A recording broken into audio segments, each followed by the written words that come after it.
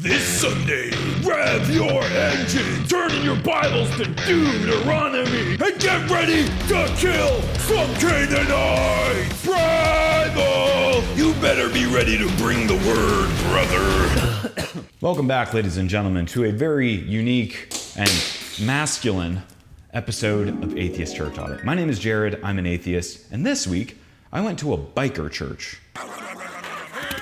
Now, that might sound like clickbait, but it's not. The word biker is literally in the name of this church. So the backstory to all of this is that I went and had a week-long getaway with my buddies from college in Florida, and on the drive, I was like, oh, it's Sunday. I should find a quirky church to go to and review for an audit. So the first step was to find the weirdest town between Raleigh and St. Augustine, and I landed on Fayetteville, or as we call it in North Carolina, Vietnam. Next step was to find the weirdest church in Fayetteville, and there was only one contender: Freedom Biker Church of Fayetteville.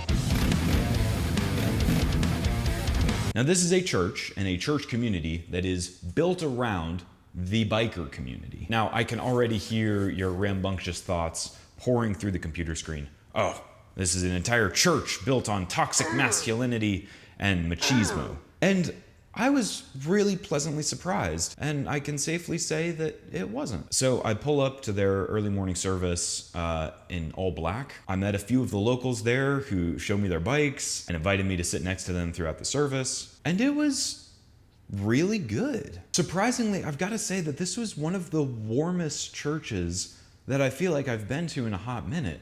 There was tons of hugging between families, and it wasn't just, burly biker dudes. They brought their wives and their daughters and their sons, and it was just really sweet. Very early on in the service, there was like a 75-year-old biker chick who threw her arm around my neck and looked at the guy next to me and said, "Where'd you find this handsome fellow?" And I'm a sucker for that shit. I eat that up. And so it just kind of felt like this is the only safe space that these people have to be emotionally vulnerable. The worship was really solid. People were tuned in and engaged. It definitely leaned in a little bit more to like the hard Christian rock vibes, which, I grew up in the Christian metal scene.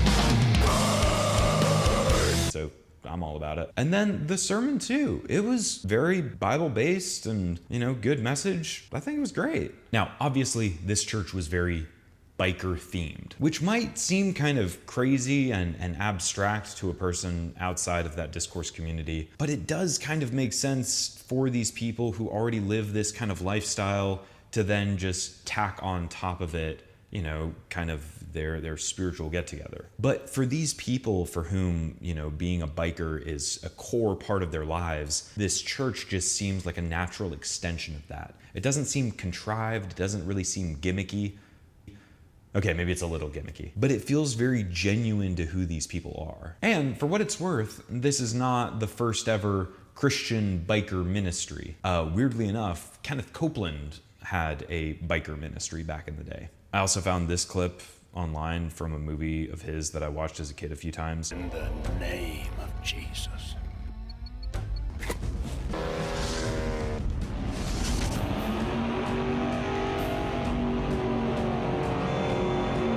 So the thing that this church really has going for it is that the people are friends. They like each other. They hang out outside of this community. The young man that I met and who was, giving me a tour of the place, he was a local mechanic. And so he worked on his bike and his friends' bikes, and they would talk about church and they would talk about the Lord, and they would upgrade their Harleys, and it just made sense. My biggest pet peeve with a lot of these churches is that people in them never hang out outside of church. Whereas with these people, it seems like they do. And when you hang out outside of church, there's more of an accountability to actually practice the things that you learned in church. And so this felt like a really positive step in that direction. Though it does kind of raise the question for me, like, what other kinds of communities would it be fair to base a church off of? Like, if you had a whole bunch of jazz musicians, should you start a jazz church? Or like, if you're really into like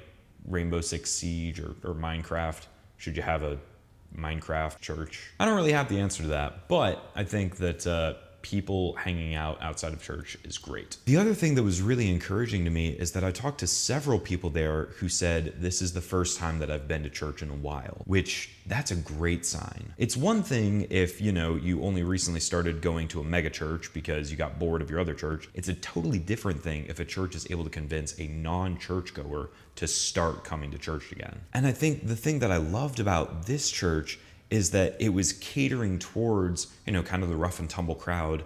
And it was saying, hey, we accept you in spite of your face tats, in spite of your loud motorcycles and crazy music. In light of that, you're still welcome to come and hear about the gospel and try to live like Christ. And my hunch is that, out here in the sticks, there's not a lot of good alternatives to this. And in fact, some of them are really dangerous. And so if brotherhood here comes in the form of a, kick-ass biker church, I'm here for it. And I can imagine that in the biker community, there's not a whole lot of space for people to be vulnerable, to talk about what they're struggling with. And this seems like a really good thing for those people. In addition to that, to my great surprise, this church was under the Southern Baptist Convention. First Baptist or Southern Baptist? Now, I'm not thrilled with the Southern Baptist Convention as an organization, but I do like that there's some structure and some hierarchy and some oversight to this community. It's not just a lone wolf starting his own thing, flying by the seat of his pants. What's also crazy is that apparently there's multiple of these places. Like there are several Freedom Biker churches throughout the Carolinas. So, Fayetteville Freedom Biker Church, I'm thrilled to bestow upon you a 5-star review. 5 stars.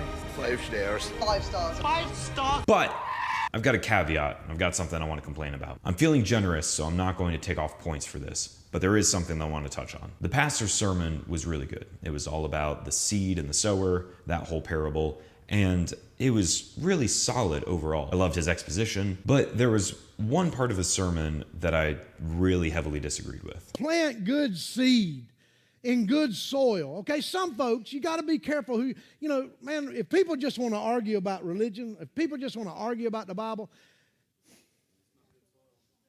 that ain't good soil, man. Why are you doing that? Don't waste your time. Just don't waste your time. Don't do that. Don't give up on people. Don't look at that annoying twerp with questions and brush him off and decide that he's not worth your time.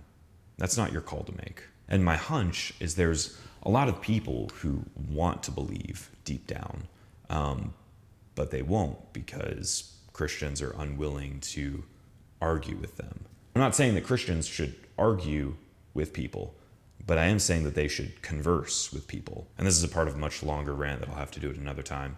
But I think that Christians are often afraid of talking about their faith because they're afraid that they might lose their faith in the process. My hunch is that there's a lot of young kids who want to believe the gospel and, they're barred from doing so because every time they bring up questions to their friends and family, they're shut down or they're belittled or Christians run away from them because those questions are uncomfortable. And the most inspiring Christians to me throughout my 10 years of being a believer were the ones who were willing to hear my questions, who were willing to listen to my criticisms, and who were willing to take me to task for all of my doubts and insecurities about the faith. And they were willing to walk with me through my doubt, even if they didn't have the answers. So yeah, don't call those annoying kids a waste of time because they're not. And just to light a little bit of a fire under your ass, I love talking about the Bible. So if you won't talk to these kids, I definitely will. That's about all I got for this one. My name is Jared.